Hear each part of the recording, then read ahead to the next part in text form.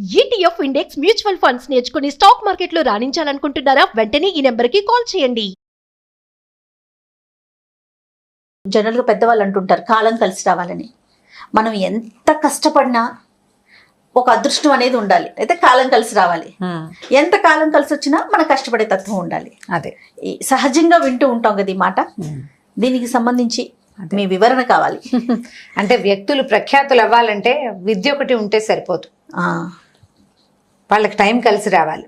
చాలా విషయాలు తెలిసిన వాళ్ళు, చాలా గొప్పగా పాడగలిగే వాళ్ళు, చాలా అద్భుతంగా నాట్యం చేసేవాళ్ళు, బోళ్ళంత కవిత్వం చెప్పగలిగే వాళ్ళు టైం కలిసి వస్తే ముందుకెళ్తారు. అవునండి. టైం కలిసి రాలేదనుకో వీళ్ళ దగ్గర ఏమున్నా ప్రయోజనం లేదు. ఒక్కొక్కసారి ఏమి పెద్దగా రావు వాళ్ళకి, ఏదో వేగ్గా 2 ముక్కలు వస్తాయి. టైం కలిసి వస్తే ముందుకెళ్ళిపోతారు. అవును. ఈ కాలం కలిసి రావటం మీద మనకి చాలా పెద్ద పెద్ద కథలు బోల్డ్ ఉన్నాయి. నా ఫేవరెట్ కథ ఒకటి చెప్తాం. ఓకే. ఇది సినిమా కూడా వచ్చింది. మిడతం భట్లు ఆయన పేరు, ఒక ఆయన జాతకరత్న మిడతం భట్లు అని పద్మనాభం గారు హీరో ఆ కథలో. సినిమా పేరేంటి? సినిమా పేరే జాతకరత్న మిడతం భట్లు. ఓకే. దాని పేరేది నీకు ఆ పేరు కూడా తెలియదంటే నువ్వు పాత సినిమాలు చూడవు. పాత సినిమాలు చూసే వాళ్ళకి తెలుస్తుంది. చందమామలో వచ్చింది ఈ కథ. ఓకే. తర్వాత ఏమో ఈ మన ఊళ్ళల్లో మన హరిదాస్ ఇవి చెప్తారు కదా, హరికథలు చెప్తారు. హరికథలో కూడా ఒకసారి విన్నాను నేను. తర్వాత ఈ సినిమా చూసినప్పుడు ఒక క్లారిటీ వచ్చింది. దాని మీద కథ మనకి చందమామలో కూడా కనపడింది అనమాట.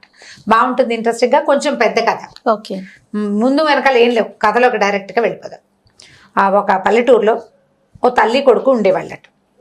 కుర్రాడు కొంచెం అమాయకుడు, అంటే మెతగ్గా మాట్లాడేవాడు అనమాట. మీకు చూడండి, కొంతమంది తెలివిగా మాట్లాడరు, ఏది తెలిస్తే ఏది ధోరణిగా మాట్లాడతారు. ఈ అబ్బాయికి అలాంటి ధోరణిగా మాట్లాడే తత్వం. ఈ ధోరణిగా మాట్లాడేటప్పుడు పల్లెటూళ్ళల్లో ఏమవుతుందంటే వీళ్ళని తెలివి తక్కువ వాళ్ళుగా పరిగణిస్తారు. అయితే ఏదో కొద్దిగా 4 ముక్కలు చదువుకున్నాడు, కొంచెం సంస్కృతం కాస్త తెలుగు వచ్చు, కానీ ఆ ఊళ్ళో రక్తికి రాలేదు పాపం అతని చదువు. అయితే వాళ్ళ అమ్మ ఏమందంటే, నాయన పట్నం వెళ్ళబోయి ఈ ఊళ్ళో నీకేమీ మనకి భోజనం గడిచే ఉపాయం లేదు, ఇల్లు వాకిలి నేను కనిపెట్టుకుని ఉంటాను, ఏవో గొడ్డు గోదా 1-2 ఆవులు, పాత రోజులు అలా ఉంచుకునేవాళ్ళు కదా, కాయ కసురు కాయించుకునే వాళ్ళు, పెద్దగా ఆహారాన్ని ఖర్చు అయ్యేది కదా, లివింగ్ స్టైల్ చిన్నవి కదా, ఖర్చులు ఉండేవి కాదు. నీకు కాస్త ఏదైనా కట్టిస్తాను, ఇక్కడ నుంచి వెళ్ళు, పట్టణానికి వెళ్ళి నగరంలో ఏదైనా పని చూసుకో, ఏ రాజాశ్రయమో దొరికితే బాగుంటుంది. అప్పట్లో ఏంటంటే బ్రాహ్మణులకి రాజాశ్రయం కొంత సులువుగా దొరికే రోజులు అవి అని చెప్పారు. చిన్న కుర్రాడు, పెళ్లి కూడా కాలేదు. సరే వాళ్ళ అమ్మంది వెళ్ళమని చెప్పింది. కుర్రాడు ఒప్పుకున్నాడు. అతని పేరు మిడతం భొట్లు, ఆ పేరు అట్లా పెట్టుకున్నారు. సరే ఏమైంది, మిడతం భొట్లు వెళ్తానన్నాడు. వాళ్ళ అమ్మ ఏం చేసిందంటే కాసిని అట్లు పోసి ఒకదాని మీద ఒకటి దొంతులాగా వేసి, బెల్లపట్లు మనకి మినపట్లు చప్పటి పిండితోటి చేస్తే నిలవ ఉంటాయి కదా, వాసన చెడదు, బాగుంటాయి. బెల్లం పాకం ఏదో పెట్టింది నలుచుకోవడానికి, ఒక దొంతులాగా పెట్టింది, ఒక గుడ్డలో మూట కట్టించి చేతిలో పెట్టింది. అప్పట్లో ఓ జత బట్టలు ఏమైనా తీసుకున్నాడేమో, సంచులు, పెట్టెలు, బేడలు, సూట్ కేసులు ఉండేవి కాదు. ఏముంది, ఇప్పుడు రోడ్డు మీద వెళ్తున్నారు, ఓ చెరువు కనిపిస్తే ఏదో పైనుంచి ఓ చెట్టు పుల్ల ఒకటి తీసి పళ్ళు తోముకునే వాళ్ళు. బ్రష్లు, పేస్ట్లు ఆ రోజులు కావు కదా, ఓ పుల్ల పెట్టి పళ్ళు తోముకుంటారు, చెరువులో నీళ్ళు కాస్త మొహం కడుక్కుంటారు, అయిపోయింది. ఈ వెళ్ళే ఊళ్ళల్లో సత్రాలు అవి ఏమైనా కనపడితే ఆ సత్రాల్లో ఉచితంగా భోజనం చేసేవాళ్ళు. ఈ దారి పోతుంటే ఏ బ్రాహ్మణ సత్రంలోనో లేకపోతే బ్రాహ్మణ ఇళ్లలోనూ భోజనం దొరికేది, సులువుగా ఉండేది, సింపుల్ లివింగ్ కదా. సరే ఆ అట్లది పెట్టుకుంటుంటే ఏమందంటే, నాయన తినేటప్పుడు నువ్వు ఒక్కడవే తినకరా, ఎవరు కనపడితే వాళ్ళకి పెట్టు, ఏదైనా ఒక మంచి మాట అడిగి తెలుసుకో. ఇప్పుడు నువ్వు ఎవరికో పెట్టావు, ఊరికే పెట్టు ఊరుకోదు, ఏదైనా ఒక మంచి మాట చెప్పండి అని అడుగు. అబ్బా, ఓకే, బాగుంది కదా. ఈ మాటలు జీవితంలో ఉపయోగపడతాయి. తల్లులు చెప్పదగిన మంచి మాటల్లో ఇదొక మాట అనమాట. మంచి మాట తెలుసుకోమని చెప్పింది. సరే ఈయన ఏం చేశాడు, బయలుదేరాడు. బాగా చాలా దూరం వెళ్ళాడు. పొద్దున్నే ఏదో తినేసి బయలుదేరాడు ఇంటి దగ్గర. తెల్లవారుసామని అట్లు పోసి ఇచ్చింది వాళ్ళమ్మ. బాగా ఎండెక్కిన తర్వాత ఎక్కడో కూర్చుని తిందాం అనుకుని కూర్చున్నాడు. కూర్చుంటే ఎవ్వరూ లేరు చుట్టుపక్కల, ఎవరు కనపట్టాల. ఎవరికి పెట్టాలి, అమ్మేమో ఎవరికైనా పెట్టి తినమంది. వాళ్ళ అమ్మ ఉద్దేశం ఏంటి, ఎవరైనా నీతో పాటు నడిచేవాళ్ళు ఉంటే వాళ్ళకు కూడా పెట్టమని. ఈయన కొంచెం అమాయకుడు కదా, తినేందుకు మనుషుల కోసం వెతుక్కుంటున్నాడు. ఎవ్వరూ కనపడలేదు. ఒక నక్క ఏదో తవ్వుకుంటోంది ఒక చోట తిండి కోసం, దాని దారిన తవ్వుతోంది. ఈయన ఏమన్నాడు, పిలిచాడు చప్పట్లు కొట్టి, రా నీకు అట్టు పెడతానని అనేసరికల్లా సరే నక్క వచ్చిన దగ్గరికి పిలుస్తున్నాడని ఆ నక్క ఏం చేశాడు, ఒక అట్టు బెల్లం చుక్క రాసి పెట్టాడు. అది అట్టు తినేసింది. ఈయన తన అట్లు తను భోజనం చేశాడు. మిగిలిన మూట కట్టి, నీకు అట్టు పెట్టాను కదా, ఏదైనా ఒక మంచి మాట చెప్పు అని అడిగాడు. నక్క ఏమందంటే, బాబు ఏం మంచి మాట చెప్తాను, సరే నక్క వలే తవ్వుతున్నాడు హో అను, ఈ మాట అనుకుంటూ వెళ్ళినైనా నీకు శుభం జరుగుతుంది అని చెప్పింది. నక్క ఏం చేస్తుంది, తవ్వుతుంది బొరియల్లాగా. నేనేం చేస్తున్నానో ఆ పని చెప్పు అని చెప్పింది. జంతువు ఎలా మాట్లాడుతుంది ఇలాంటి ప్రశ్నలు వేయకండి, పిల్లలు కూడా వేయనివ్వద్దు. నక్క వలే తవ్వుతున్నాడు హో అనమని చెప్పింది. సరే నక్క వలే తవ్వుతున్నాడు హో అని లోపల లోపల అనుకుంటూ నడుస్తున్నాడు. వెళ్ళాడు. బాగా మధ్యాహ్నం అయిపోయింది, 3 దాదాపుగా అయిపోయింది, ఆకలి వేయటం మొదలుపెట్టింది. సరే కూర్చుని తిందామని ఒక చోట కూర్చున్నాడు. ఏమీ లేవు. ఎదురుకుండా పెద్ద పెద్ద తాడి చెట్లు ఉన్నాయి. తాడి చెట్టులోంచి ఒక శబ్దం వినిపించింది. ఏమయ్యా బ్రాహ్మణ, ఒంటరిగా తినేస్తున్నావు, నాకు కూడా పెట్టచ్చు కదా. అదేమిటి, పెడతాను కానీ నువ్వెవరు, నాకు కనబట్టం లేదు అంటే, నేను తాడి చెట్టుని, నేను తింటాను, నా కింద ఒక తొర్రను చూసావా, తొర్రలో పెట్టుకోకట్టు, నేను తింటాను అనేసరికి అదేదో అడిగింది కదా అని ఈయన ఏం చేశాడు, 2 అట్లు తను భుజించి ఓ అట్టుకి కాస్త బెల్లపాకం రాసి ఆ తొర్రలో పెట్టాడు. పెట్టి ఏమన్నాడు, నువ్వు అడిగావు నేను పెట్టాను, ఏదైనా ఒక మంచి మాట చెప్పమంటే, తాడి వలే నుంచున్నాడు హో అను, ఈ మాటను గుణించుకుంటూ వెళ్ళు, నీకు మంచి జరుగుతుంది ఆయన, నువ్వు ఎంత గొప్పవాడివి, చెట్లకు ఆహారం పెట్టడానికి సిద్ధపడేంత మంచివాడివి, నీకు మంచే జరుగుతుందని చెప్పింది. బాగా చీకటి పడిపోయాక ఏమైంది, ఒక లేడీ కనపడింది ఇతనికి. ఆ లేడీకి కూడా ఒక అట్టు ముక్క పెట్టాడు. పెడితే లేడీ ఏం చెప్పింది, మంచి మాట, లేడీ వల్లే పరిగెడుతున్నాడు హో అను, ఈ వాక్యాలు 3 మననం చేసుకో అని చెప్పింది. నువ్వు ఆల్రెడీ 2 విన్నానన్నావు కదా, ఇది 3వ మంచి వాక్యం, ఈ 3 మంచి వాక్యాలు మననం చేసుకోమంది. ఇతను ఒక ఊళ్ళోకి ప్రవేశించాడు. ఈ అడవి దాటిపోయాడు. ఊళ్ళోకి వెళ్తే సరే ఎవరింట్లోనా భోజనం దొరుకుతుందేమో అని అట్లా చూశాడు. సరే ఏమైంది, ఒక పూటకోళ్ళమ్మ ఎవరో కనపడింది. కనపడితే ఆవిడ ఏమందంటే, అన్నం పెట్టలేను నాయనా, కావాలంటే ఇక్కడ పడుకో, తెల్లవారుజామున లేచి వెళ్దు కానీ మా ఇంట్లో అన్నం సున్నం ఏం లేదంటే, అట్లు ఉన్నాయి కదా. ఆఖరి అటు ముక్క తినేసాడు, పడుకున్నాడు. పడుకున్నాక మాకు కొంచెం నిద్ర పెట్టిన తర్వాత ఏమైంది, తెల్లవారుజామున 3కో 4కో మెలకు వచ్చింది. నిన్న 3 మంచి వాక్యాలు విన్నాను, ఈ వాక్యాలు మననం చేసుకోపోతే మర్చిపోతానేమోనని గట్టిగా గొంతు పెంచేమన్నాడు. నక్కవలే తవ్వుతున్నాడు హో అని అరిచాడు. అరిచేసరికల్లా సరిగ్గా ఆ టైంకి ఏమైంది, ఈ ఎక్కడైతే ఇతను పూటకోళ్ళమ్మ వాకిట్లో పడుకున్నాడో దానికి కొంచెం అవతలగా ఉన్న ఒక పెద్ద శ్రేష్ఠి గారింటికి ఒక దొంగ కన్నం కొడుతున్నాడు బయట. ఓహో, వీడమ్మో ఎవరో చూశారు నన్ను, అందుకనే నేను తవ్వుతున్నానని అరుస్తున్నాడు అనుకుని తవ్వకుండా ఆగాడు వాడు. ఈయన 2 సార్లు 3 సార్లు తవ్వుతున్నాడు హో అని అరిచి తర్వాత 2వ వాక్యం గుర్తు చేసుకుంటున్నాడు. వీడేం చేశాడు, తవ్వడం మానేసి గుంపం పక్క పెట్టాడు, బిగుసుకుపోయి నుంచున్నాడు గోడకు అనుకుని. ఈయన తాడి వలే నుంచున్నాడు హో అని మళ్ళీ 3 సార్లు వచ్చాడు. ఊరినాయన ఈయన చూసేశాడు, అయ్యవారు ఎవరో, ఈ వస్తున్న వాయిస్ ఎవరిది, బ్రాహ్మడి గొంతు తెలుస్తుంది. ఎందుకంటే వీళ్ళది మంత్రాలు చదవటం వల్ల ఒక డిఫరెంట్ స్లాంగ్ ఉంటుంది. ఎవరో బాపనయ్యే నన్ను చూశాడు, అయ్యవారు పిలుస్తున్నాడు అనుకుని వాడు బిగుసుకుపోయి నుంచున్నాడు. 3 సార్లు అయిన తర్వాత వాడికి ఏమనిపించింది, ఇక్కడే నుంచుంటే వచ్చి పట్టుకుంటాడేమోనని పరిగెత్తాడు. ఓకే, ఈయన లేడి వలే పరిగెడుతున్నాడు హో అని గట్టిగా అరిచాడు.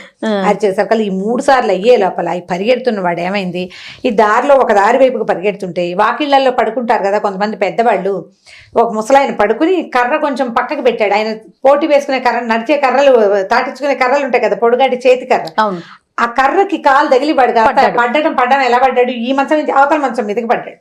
మీద పడేసరికి పట్టేసుకున్నారు, ఎవరో మీద పడుతున్నారని. అందరూ ఏవో చిన్న చిన్న దీపాల అంతర్లు ఇళ్లలోంచి వచ్చినాయి, పరిగెత్తుకుంటూ పట్టుకున్నారు వాడిని. పట్టుకుని ఏంట్రా ఏరా సంగతి అంటే, వాడు దొంగని అదని తెలిసి వాడిని పట్టేసుకున్నారు. ఎక్కడ ఎవరు ఏంటంటే, వాడు గజ దొంగ, ఆ ఊళ్ళో ఎన్ని దొంగతనాలు చేశాడు. ఓకే, వీడికి ఎట్లా పట్టుపడ్డాడు అంటే, మాకు తెలియదు, ఎవరో అరిచారండి, ఎవరో అరుస్తున్నారు, ఈ వీడొచ్చి మా మీద పడ్డాడు అనేసరికి వాడినే 2 తీతలు తీస్తే వాడేమనంటే, అయ్యవారు ఎవరో నన్ను చూశాడండి, నేను నక్కలాగా తవ్వుతున్నానని, తాడిలాగా నుంచున్నానని, లేడ్లాగా పరిగెడుతున్నానని అరిచాడు. అరిచేసరికల్లా భయానికి నేను పరిగెత్తాను అని చెప్పాడు. చెప్పేసరికల్లా అరిచిన అయ్యవారు ఎవరు, అసలు ఏ అయ్యవారు ఈ సందులోకి వచ్చాడు వీధిలోకి చూసుకున్నారు. పూటకోళ్ళమ్మ వాకిట్లో ఉన్న ఈ మిడతం భట్లు గారిని పట్టారు. పట్టేసరికల్లా ఈయన బికమొహం వేసాడు. ఈయనకి అర్థం కాలేదు, తను చేసింది ఏమిటో తెలీదు. వీడేమో గజ దొంగ వీరన్నా, వీడికి చాలా దొంగతనాలు చేశాడు, వాడి ఇంట్లో ఎంత బంగారమో బయటకు వచ్చింది. దాంతో ఇంత దొంగని పట్టాడంటే ఈయన సామాన్యుడు కాదు. మీకు ఎలా తెలిసిందండి, చూసారంటే నేను చూడలేదు, నేను పడుకుని ఉన్నాను. నువ్వు పడుకునున్న వాడికి నీకు ఎలా కనపడింది అంటే, కనపడలేదు, నాకు కనపడడం కాదు, పొద్దున నక్క చెప్పింది, మధ్యాహ్నం తాడి చెప్పింది, సాయంత్రం లేడి చెప్పింది అంటే అందరికీ నవ్వొచ్చింది. నమ్మరు కదా, నక్కలు తాళ్ళు లేళ్ళు ఎందుకు చెప్తాయండి. బహుశా ఈయనకి ఆ రూపంలో జాతకం ఏదో తెలుసు, ఈయనకి జాతక దేవతే, బహుశా జ్యోతిష్య దేవత ఇలా వినపడుతోంది, ఇలా తెలిసిందని అనుకున్నారు. అనుకుని రాజుగారి ముందు ప్రవేశపెట్టారు. ఈ అయ్యవారి వల్లే ఈ దొంగని పట్టుకున్నాము అని. అక్కడి నుంచి ఏమంటే మీకు జ్యోతిష్యం తెలుసా అంటే, అవునన్నాలో కాదని, నాకేమి రాదు అంటే ఏం బాగుంటుందో బాగుండదు, నిలువుగా అడ్డంగా ఊపెడతాను, ఎస్ అని లేదు, నో అని లేదు.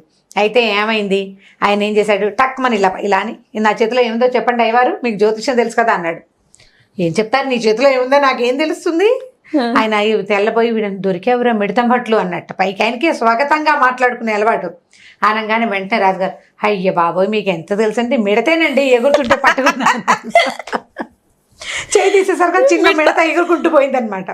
నేను మిడతనే పట్టుకున్నాను, మీరు ఎంత బాగా తెలిసింది.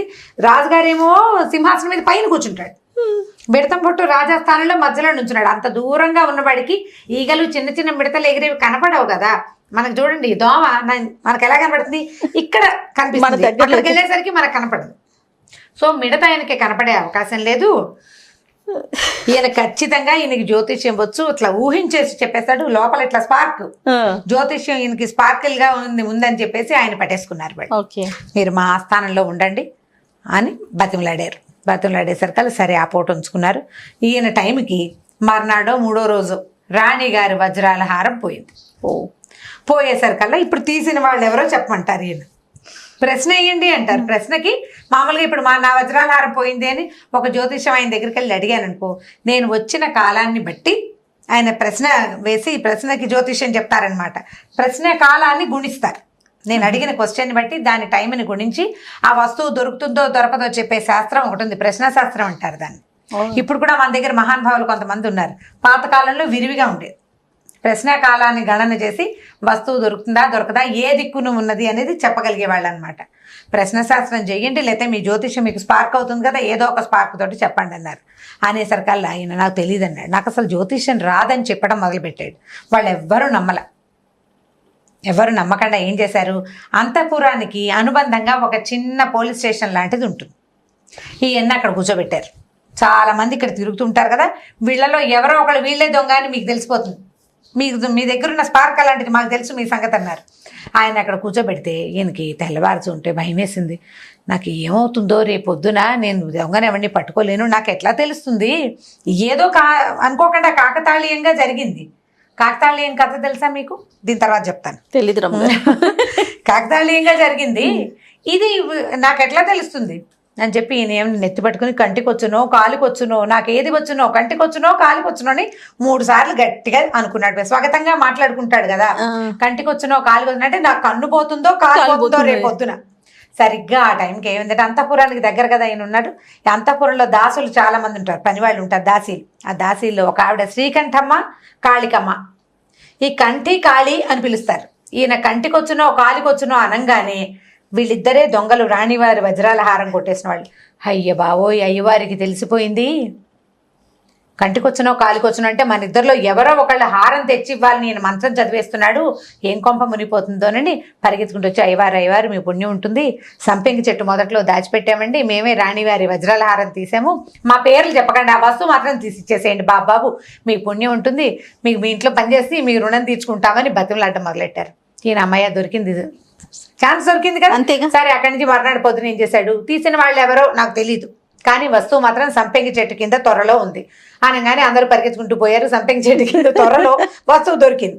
దొరకంగానే ఇక మిడతం భట్లు గారు సూపర్ కింగ్ అయిపోయాడు అనమాట. అక్కడ ఈ కంటికమ్మ కాళికమ్మ ఇద్దరు కలిసి తప్పించుకున్నారు, అక్కడి నుంచి పారిపోయారు వాళ్ళు ఇంకా పనికి రాకుండా. సరే ఈ రాజుగారు ఏం చేశాడు, ఇంత అద్భుతమైన జాతకం చెప్తున్నాడు ఈయన అని చెప్పి వీళ్ళ ఊరికి పక్క ఊళ్ళో ఉన్న ఒక అగ్రహారాన్ని మిడతం భట్లు గారికి ఇచ్చారు. దీనికి జాతకరత్న మిడతం భట్లు అని బిరుదు కూడా ఇచ్చి బోలెడంత డబ్బు, బంగారం, గుర్రాలు, ఏనుగులతో సహా అగ్రహారానికి ఇన్ని పంపించాడు. ఈ ఊళ్ళో ఉండండి అని వాళ్ళని అడిగినా మా అమ్మ ఒక్కతే ఉంటుంది, మా ఊరు వెళ్ళిపోతానన్నాడు. ఎప్పుడైనా అవసరమైతే పిలవండి నేను వస్తానని చెప్పాడు. దాంతో ఏం చేశారు, చక్కగా గుర్రం ఎక్కించి ఓ 2 మేనాలు, వివాహం చేసుకోండి స్వామి, మీకు కావాల్సిన వివాహ ఏర్పాట్లన్నీ మేమే చేస్తామని. ఇప్పుడు మరి ఇన్ని లాభాలు కనపడ్డాయి కదా, దాంతో ఆయన ఇంటికి పంపించారు. ఈ బోళ్ళంత చక్కటి వేషధారణతో దిగిన మిడతం భట్లని ఊళ్ళో ఎవరు గుర్తుపట్టలేదట. వాళ్ళ అమ్మ కూడా గుర్తుపట్టలే. ఇదేంటంటే అమ్మ నేనేనమ్మా, ఇగో ఇలా జరిగింది. మంచి మాట అడిగి తెలుసుకోవటం వల్ల అది జరిగిన మేలు మొదటిది. రెండోది కాలం కలిసి వచ్చింది. ఆయన ఏ మాట చెప్పినా టైం కలిసి వచ్చి ఆ మాటలు అక్కడ నిజమైపోయింది. మనం ఎంత విషయాలు మనకు తెలిసినా కూడా టైం మనది కాకపోతే ఏ లాభము లేదు. కాబట్టి కాలం మనది కావాలంటే ఏం చేయాలంటే మంచివి మాట్లాడాలి, మంచి పనులు చేయాలి, అంతే తప్ప ఇతరులకి సహాయం చేయాలి. పనులు మానేసి కాలం కలిసి రావాలని వెయిట్ కూర్చోకూడదు. కాలం కోసం కూర్చోవడం కాదు, మన జరుగుతున్న కాలంలోనే సరైన పనులు, సజావైన పనులు, ఇతరులకు సహాయం చేయటం లాంటి పనులు చేస్తే ఏనాటికైనా కాలం మనదయ్యేందుకు అవకాశం ఉంటుంది. సినిమా కనుక దొరికితే ఎక్కడైనా నెట్లో చక్కగా చూడండి. పద్మనాభం గారి సినిమా బాగుంటుంది. కథ ఇది మెయిన్, చాలా బాగుంది. దీన్ని డెవలప్ చేశారు చాలా, కథని బాగుంటుంది. సినిమాటిక్ గా చేస్తాం కదా ఎంతో కొంత, సేమ్ ఓల్డ్ ఫ్రేమ్ అయితే ఇది సూపర్ రమ్మ గారు. ఇంకొక స్టోరీతో కలుద్దాం. సరే.